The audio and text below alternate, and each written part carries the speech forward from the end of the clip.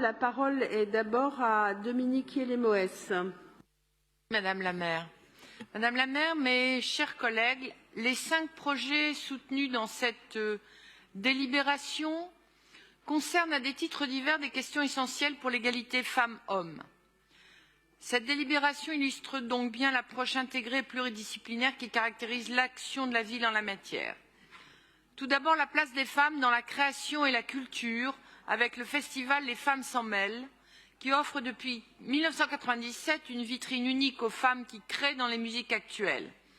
Sa programmation n'est pas que musicale, puisqu'elle inclut des ateliers, des rencontres, des projections, débats. L'accompagnement qu'il propose ne se résume pas à une scène, puisqu'il inclut des actions de sensibilisation des professionnels à l'égalité professionnelle et à la lutte contre les violences sexistes. En second lieu, la lutte contre les violences de genre envers les femmes les plus précarisées, notamment migrantes, par l'art et la culture avec Magnitude Zéro, association pluridisciplinaire traduisant de manière visuelle et participative la recherche en sciences humaines et sociales. L'installation collective temporaire Dia de las Muertas doit ainsi s'accompagner de temps pédagogiques d'échange avec le public. En troisième lieu, l'accès aux droits avec la Fédération nationale des CIDFF, Centre d'information sur les droits des femmes et des familles, ressource essentielle pour de très nombreuses femmes en France, qui célèbre cette année ses 50 ans et veut pour cela tenir à la cité fertile de Pantin un festival de 3 jours intitulé 50 heures pour les droits des femmes.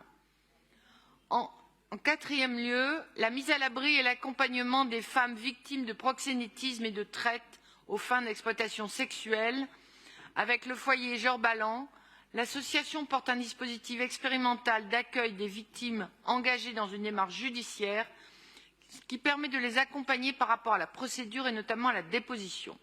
Enfin, toujours s'agissant de lutte contre le système prostituteur, l'association Les Effrontés veut œuvrer par le biais d'un podcast féministe traitant également de questions d'injustice sociale, d'antiracisme et de lutte contre les LGBT-phobies.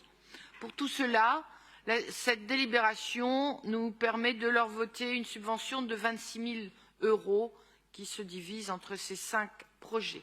Je vous remercie de bien vouloir voter cette délibération. Je vous remercie.